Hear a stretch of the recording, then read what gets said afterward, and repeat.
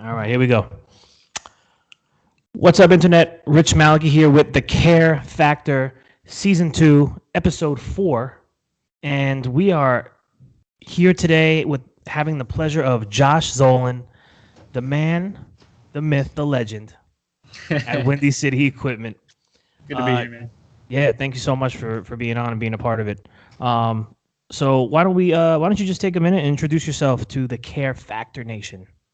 Sure. Well, as Rich said, my name is Josh Zolin. I'm the CEO of Windy City Equipment, or some might know it as WCE. We're out here in Phoenix, Arizona. Been in business about 15 years, 16 years now. And we service, maintain, sell commercial cooking equipment, refrigeration, and HVAC. Awesome. So I actually don't know this, and I probably should, but how did the business come about? Did you start this business? No, I didn't. It was my dad. He actually started it. It's a Okay, so we're in the same boat. Yeah. Okay. It's kind of a good entrepreneur story. So, my dad was the foreman at a bakery in Chicago for a long time, and so he did the typical. He worked the 80-hour weeks, and just he was on call 24/7. He got tired of driving an hour to work because somebody was complaining that the oven wasn't working, and when he got there, it wasn't plugged in. And he specifically said on the phone, "Are you sure it's plugged in?" So that just love it. Yeah, that happened one time too many, and so he decided to go to trade school to learn refrigeration. And to this day, he'll tell you that he sucks at it, and he never actually pursued it, which is the funny part. But while he was in trade school, his instructor said to him, "Hey, if anybody's looking, to start their own business, Arizona's in dire need of service companies." And this was 15 years ago or whatever. Yeah. And so he picked up and moved to Arizona. Him and my mom were split, so I stayed back. At the time, I was living in Wisconsin. Okay. But he came out here. He started working for somebody else, just kind of learning the differences between bakeries and restaurants and the equipment and stuff like that. And one day he just said, "Look, man, I can do this myself." And so he opened the doors, to Windy City, put everything he could on a credit card, and he was off and running. So that's how it came about. Okay, so 15 years ago. I mean, so how old were you when that happened? I was 17, I believe. Okay, so How old am I now? I'm 30. Yeah, 17. Yeah. So when he started this, is this something that you said, you know what, I'm gonna jump in with Dad and start doing this, or did you come a few years later, or how'd that happen? So I had no idea what he even did. I mean, like when I was like 14, 15, I used to go to the bakery with him, to go to work, and I saw all the parts on the shelves and stuff like that. But I mean, I was shooting birds with BB guns and playing with RC cars and through the bakery, but I had no idea. So, my trajectory was set when I was in high school. My whole family's in the stunt industry, including my dad. Wow. He was before he was a foreman. But anyway, when I graduated high school, I went off to California to pursue the stunt business. My uncles were there, so I had the ins, and I went through high school thinking that was going to be my career path. But then as I got deeper and deeper into it, I saw my family could barely friggin' walk anymore, because of all the bumps and bruises and stuff. Yeah, so wow. Yeah, so eventually, that came to an end, and I said, "Hey," I called on my dad one day, said, "So first, what do you do? Second, how can I help?" And Right. and then I took off from California to Arizona and started at the bottom. He was very adamant about that. I had to start at the bottom and work my way up, and that's exactly what happened. Yeah, I mean that's kind of the same thing for me too. Even in high school, I mean, I had no idea what he was really doing, and I came here. I had to do some stocking some shelves, and I did some different things here, but I really didn't care. And I think finally when I went through some college. I actually never finished college because I just wasn't for college. It wasn't for me, kind of thing, and didn't know what I wanted to do. And finally, I would say when I was about 23, I think it really clicked for me in this business.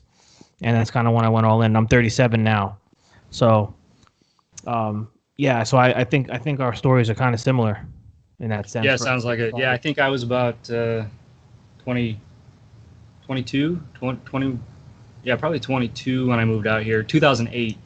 You know, Yeah. I mean, you know as well as I do. I can't keep track of time anymore. Oh, yeah. What we do. I can't believe I'm 37. I'm sitting here today. I'm like, what happened? I was just 27. I don't know what happened. It's wild. Yeah. But let's talk about some of the benefits of this industry.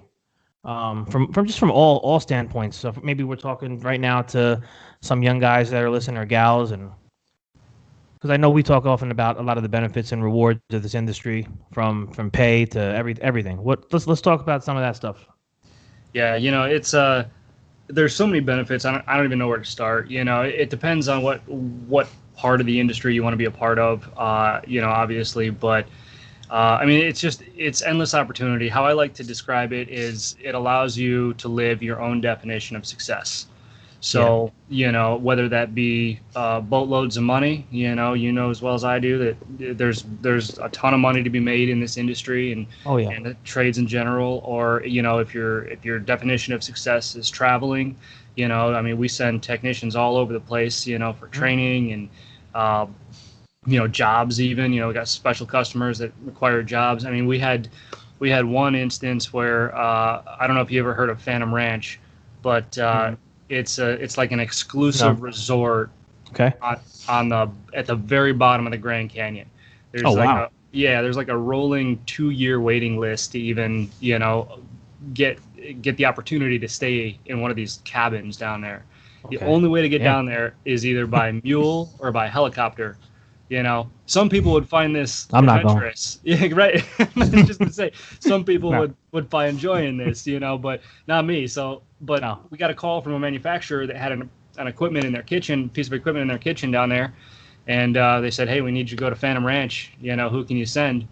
So one of my technicians got to go. I rallied hard for the helicopter for him, but he ended up on that mule anyway. Oh, Jesus. Well, you know, that's just it. You know, you again. Whatever you decide that what success is to you, you know, this industry can help you get there. You know, even if you spend a few years in the field and you say, man, I don't want to do this anymore, you know, with that experience, you can go into sales, you can go into parts, you can go into, you know, management, whatever area you want, you know. And the beautiful thing is that you don't need a college education to do it, you know. Right. You talk about that, you know, you need to want to work. Yeah. I mean, that's like the basis. You need to want to work. And I think having a love for people and everything, like you said, you could really take this thing anywhere. Yeah. You know, say you start with a service company like ours, and then 10, 15 years from now, you're saying, you know what? My back and knees aren't feeling it no more. I want to get into the sales part. You don't even necessarily have to stay at a service company. You've been in the business a long time. You can go into the dealers network, the rep network, and start, you know, broadening your horizons in that area. Because I'm sure a lot of these facilities management.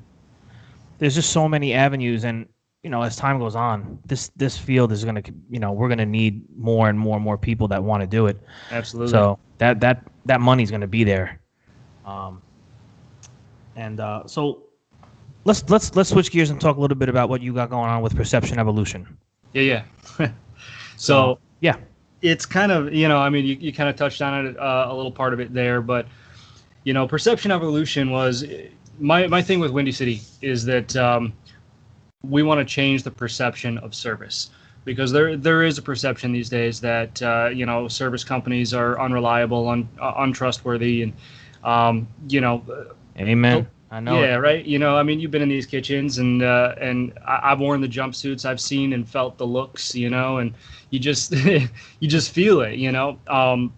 So there's this overall perception. For multiple points of the industry that just isn't correct. You know, from a customer standpoint who doesn't know a whole lot about the service industry, the perception is that, you know, oh man, I got to call a repair guy again. You know, how are they gonna screw me this time? You know, or even from a career standpoint, like you said, you know, people don't want to go into the trades or this line of work because they see it as basically, if you can't cut it in college, oh yeah, go be a mechanic, you know. But it's not like that. It's on the same level as it, you know. It just plays to your abilities, And Yeah. so it covers all of that. What I'm trying to do is make Perception Evolution kind of the umbrella, and then do different series underneath it. Like Blue is the New White. It'll talk about career Yeah. opportunities, and I'm gonna have one for techs called like Tech Explainers or something like that. Geared directly towards technicians, and then I'll have Okay. one for customer I like that. viewpoint. So, Oh yeah, I like uh, that. but Okay. yeah, just trying to gain some traction on it. I struggle with consistency sometimes. Listen, this is tough, because you're trying to do all these different things, and in the background is this little thing called a service business that you're trying to run. Right. It's like I got to deal with this too. Oh, but yeah, no, I mean, I think that's the perception. We talk about that here too. There's so many misperceptions out there, like you said, and it from the customer to the rep to the dealer to the manufacturer. And at the end of the day, we're just here to help. And I'm sure. Listen, I'm not. I can't talk for everyone. You can't talk for everyone. I know I'm doing the right thing. You're doing the right thing. But there are companies out there that have given service companies, whether it's in the automotive field, they said, like, no matter what service, that have given us bad names. Yep. And it's just not right. It's wrong. And yeah, I think so. The more we talk about it, lights out. Sorry, give me a No, second. you're There good. it goes. It's on a motion sensor. I haven't changed it yet, so that happens. I'm in that. I got one in here too. Hopefully it'll go out. But yeah, I mean, and changing the perception of all the people that we're working with on a daily basis, from these installations to this, what's this going to cost? And you tell them a price, and everyone thinks you're gouging them or you're hurting them or you're trying to get over on them. But realistically, there's high costs to get a qualified technician. I'm not sending you some guy that just rolled off the street and is going to go throw a gas connection somewhere. I mean, these are guys that have been doing this. A lot of my guys here have been doing this 10, 15, 20 years. Mm-hmm. Probably the same as your guys. And there's quality and there's expertise and there's knowledge behind what's going on there. Yeah. There's a price for that. Absolutely. And not only that, but then just the regular day-to-day overhead, people just don't think about it. And that's just it. They see the guy come out on site, right? And he's wearing his uniform and he's got this tool bag, and that's all they see. That it's why am I being charged this much? They don't see the office. They don't see the 6 people sitting behind computers, which computers had to be paid for. Those people, office staff, had to be paid for. The communications, the phones, the fuel, the insurances, the taxes. There's just so much. It's like an endless supply of overhead. Yeah, because you're continually investing in the people too, like as we talked about with the training and the inventory that you hold and all this stuff. That all means something. Yeah. You could hire some guy off the street with a van that's got probably nothing in the back of it but his toolbox. Going into companies like there's no insurance, there's no nothing. I mean, these are all the things that people have to understand. That is included in that price. Yeah. Yep. Shifting gears again, manufacturers and becoming manufacturer authorized. This is something me and you have kind of talked about personally. So I figured this is a great topic to talk about out there for anyone listening in any sector of the business. Factory authorized service. So what are your thoughts on partnering with manufacturers in 2019? All right. Well, let me preface this with saying that I've had a very strong opinion on this for a very long time. But actually, I had one conversation with you where you made a very good point that I couldn't ignore. Mm-hmm. So that actually changed my mindset a little bit as to, how I felt about it. And manufacturers, I get it. At the end of the day, everybody's got to make their money. And we got to make our money. They got to make their money. Customers got to make their money. That's how the economy keeps turning. Dealing with manufacturers can be a struggle, but it's only a struggle. For sure. It's only a struggle if you really dwell only on how you see it. Again, it boils down to perception, right? Absolutely. They have to control their costs, and their costs are their vendors.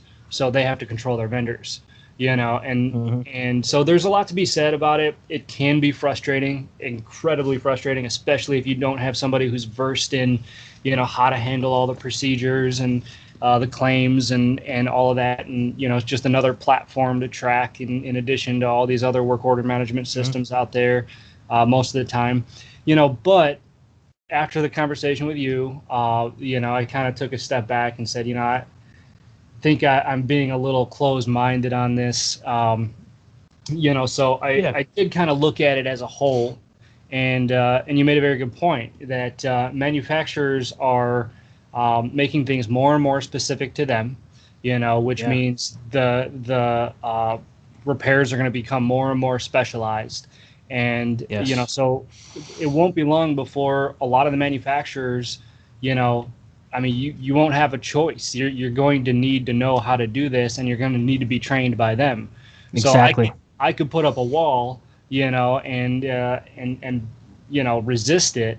But that's only going to get me so far, and I got a big, bright future with this company. I got a lot of goals. So, absolutely. So it did change my approach a little bit, and we are becoming more and more authorized, through different manufacturers and things like that. So it's just about communication and working with them. It is. It's so much about the communication, and like we did talk about, so much of the equipment is going to be technologically advanced very soon. If you're not an authorized company, chances are you're going to be locked out, and not you're going to need those codes to get in there as an authorized service company through the warranty, after the warranty. So it's really going to, I think, put you in a position to really take control of a lot of different places in your market. Mm-hmm. And and it is tough. It's one of those things that we deal with here on a daily basis. I'm not going to get specific with manufacturers, but the rejections, they come flying through. You do a fry pot job, and there's so many factors, and all of a sudden, we're 10 hours deep. It took us 10 hours, and then they come back and say, well, we're only paying you for 5 because this is what it should have taken. Yeah. But now I'm paying my tech 5 hours. That extra 5 hours. So why do I, and I always say the little guy, why is the little guy gotta get it in the neck? Yeah. All we did was run, jump, and get it done. Yeah. Everybody's up and running. Everybody got paid, but now I have to take a hit. And those are the things that I will just say that they piss me off. Oh, you and me both. And you hear me talk, I think, about devaluing our time. I want to say, how dare you devalue my friggin' time? That's what I want to call it, and not even that nice. But I have other words I want to use, but and that's where I think and listen, it's just communication. You call up, you let them know, and sometimes you have to make a deal. All right, we'll give you 8 hours. All right, you know what, I'll take it, but sometimes you have to make those deals. I think the structure or the agreement, I think that there could be a better common ground there. Where instead of having to bill the customer for that extra time, you are able to bill the manufacturer for that time, and they send that bill to the customer. Put the responsibility on them to collect for that. And when the piece of equipment is sold, put that in the warranty procedures in the pamphlet. That's a good idea. Something of that nature where we as the service company can remain protected, because 9 times out of 10 you drop that other half of the bill to the customer and they say, I'm not paying this. It should be under warranty. Exactly. And that's when I start to lose my shit a little bit. I'm sorry.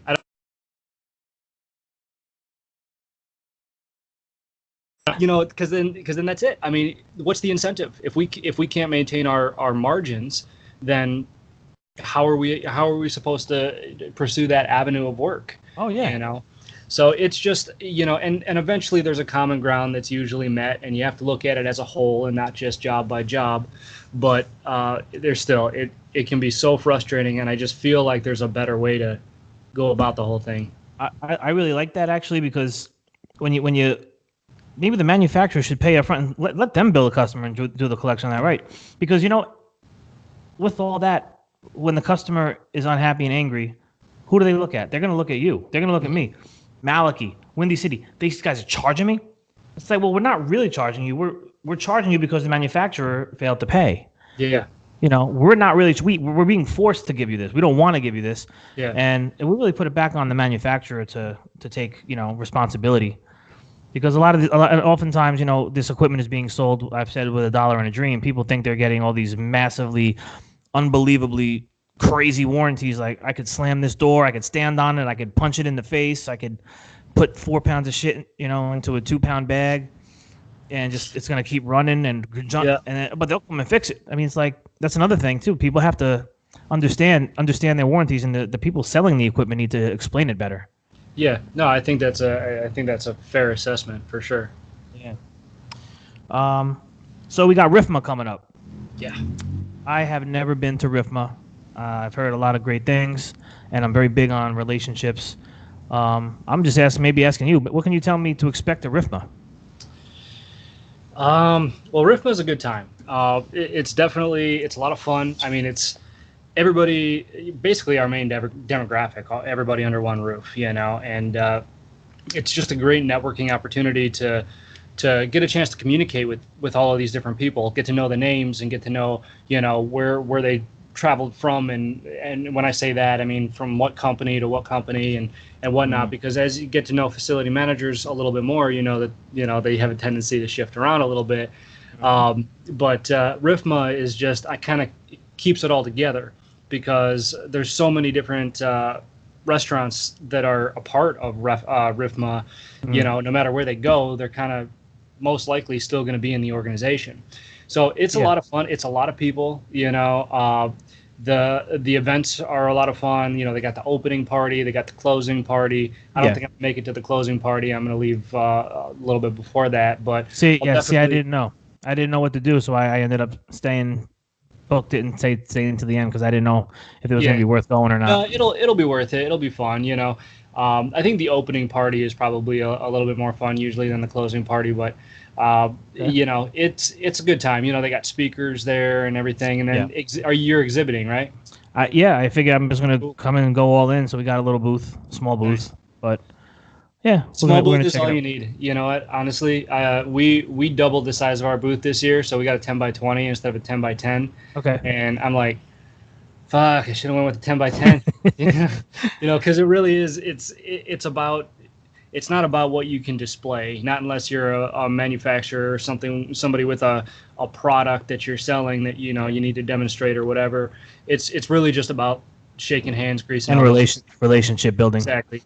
Yeah, exactly. That's something I talk so much about that. That's why I'm kind of excited to go down there because I'm usually stuck in the Cefesa realm of people, and I'm sure there's going to be a lot of people I know from Cefesa there. I imagine, but. Are there a lot of other service companies that go there? I wouldn't say a lot.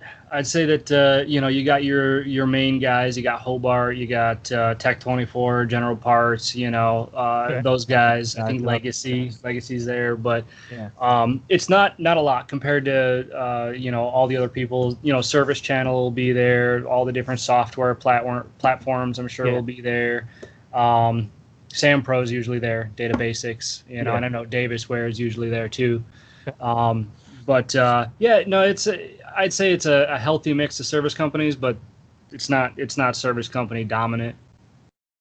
Okay, yeah, so it should be interesting and some relationship building for sure. Yeah, it should be a lot of fun. And told you I'm speaking, by the way. I saw that. What was the topic of discussion? So it's called a RIF talk. It's RIFMA's version of a TED talk. Right. Okay. Right. Yeah. So my segment's called the PM paradox: pay now or pay later, and basically just breaks down, behind the scenes. Don't shop for the lowest price, and I'll be giving tips on what to actually look for, when you're putting PMs out to bid, because quite honestly, I'm interested to hear that. Yeah, I'm just tired of losing out to the lowest bid when I know exactly what the lowest bid means. Right. So, but that should be fun. And then Jake's talking too on personal branding. So nice, fun. I'm excited to see you guys. That's going to be great. And so I just want to go back a little bit. Well, we're talking with dealers and reps and installations because this is one of these big topics that we have here. And then I'll look to close this out with you. But so dealer reps, a lot of them are looking for installations. I'm sure they're calling and emailing you guys to do installations.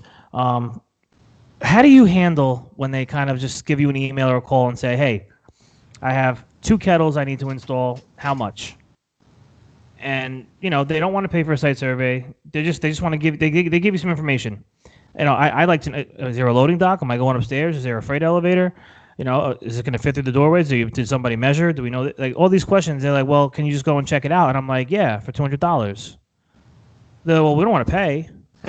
So how do you handle things like that? I mean, every now and then for good customers, you know what? I'll roll on it and do a site survey. Sure. But it's one of those things, and then on top of that, they say, "And can you do it tomorrow?" Yeah, can you do it tomorrow? Right. Yep. Yep. I don't have 15 calls scheduled under every guy's name tomorrow. So yeah, so I'm just curious how you handle things like that. So first, let me ask you: did you say you're talking from a manufacturer standpoint, like a manufacturer is asking to do this, or just a customer standpoint? I'm more and more I'm seeing dealers and reps. We're working more and more, so those are coming through from that angle. But manufacturers send that often as well. I just got one for they want me to crate a piece of equipment. They want to know how much to crate. I'm like, I don't know. We don't crate. I'm like, oh. Yeah. Yeah, I get that. I get that too. But yeah, usually, I mean, I don't like to do anything without a site survey. Like you said, if it's somebody we've dealt with before, I might waive the fee to go out there and look at it. But or if we've been to the site and we've done it plenty of times, we know exactly what's there and what to expect. That's one thing. But I always say no. I got to do a site survey, and I don't do free estimates. You can't. Like we talked about, you just can't. And everybody seems surprised about that. I'm surprised at how many people seem surprised about that.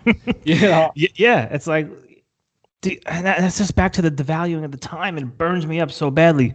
Yeah. I got to pay this guy 30, 35, whatever my guys might be making an hour. You got the gas, you got the tolls, you got the time that I could be spending on another call actually making money. Yep. I mean, this just I don't know. It's common sense to us, but yeah, what? And sometimes, quite honestly, you just, I'll tell them, I'll give them the option. I'll say, look, I don't got to charge you on a separate invoice for this, but I'll put it on the final bill and I'll do what I can, and then I look at it as a whole. Okay, this was how much time we spent on the site survey. This is what the install took, and I'll kind of wrap it all into one, which would. As long as we're covering our margins, and we're making our margins, right. That's really all I care about. But it's frustrating. I can't tell you how many times we've been in that same situation. I know it sucks, but I like to talk to everybody about that just to see their thoughts and just the last thing I got to keep talking about it. We have to keep talking about it to the next generation of the kids and the technicians. Yep. You got to tell them why this industry and now. Why now? Why this industry today? Supply and demand, baby. That's it. Right. There's the skilled trades gap. Obviously, is kind of what we're talking about, and it's growing and growing and growing. There's more people in this industry retiring than people entering in, and that's creating a huge disconnect. But the sooner you can get in, the sooner you'll be able to take advantage of this point in time where a value of a technician is through the roof, because maybe, if we succeed in getting this word out, honestly, and, if we succeed in getting this word out, it will remain like this for a while. But at some point, if this market gets flooded with technicians, that price is going to go down. So if you want to reap the benefits of it, like we're talking about, get in now. Now's the time. Yeah. Yeah. And I just, I have the two young guys training out of high school here. Hoping to get them on a van by the end of this year, and maybe get another two new ones on in June or July again, because you can't find them. You got to make them. And, these guys are not even going to be 21 years old, and all their friends are going to be graduating college with $20,000, $30,000, $40,000 probably in debt or more. I don't know. And these guys are going to be making $50,000, $60,000, $70,000 with zero debt because I've been paying them for the last 7 months to train. Yep. So I mean, these are the things that these young guys and gals need to know. There's a great big place for women here. Yeah. Oh, absolutely, very smart. And that's another part of the overhead that we didn't even touch on is training. You can't always charge for those new technicians when they're in training, but God knows you're paying them. Yeah, exactly. We're taking a hit there, and hopefully you make your money back when you get them on a van in your first year, but right. It's still a hit. Yeah. Cool. So I guess that we'll wrap that up right here. I appreciate you coming on here with us. And any final words? Are we done? think we're done, man. No, I just All right, cool. appreciate you having me on. Love what you're doing. Love seeing your stuff all over LinkedIn and YouTube and Appreciate it. all that. It's fantastic. I think Cool. that it takes people like you and me and Yes, the others it out there does. to really make the change and to really get this word out. So thanks for having me Yeah. on. Appreciate it, and Thank let you. me know Thanks. anytime you want to do it again. Awesome. Thanks so much, Josh. All right, take care, man. You too. All right.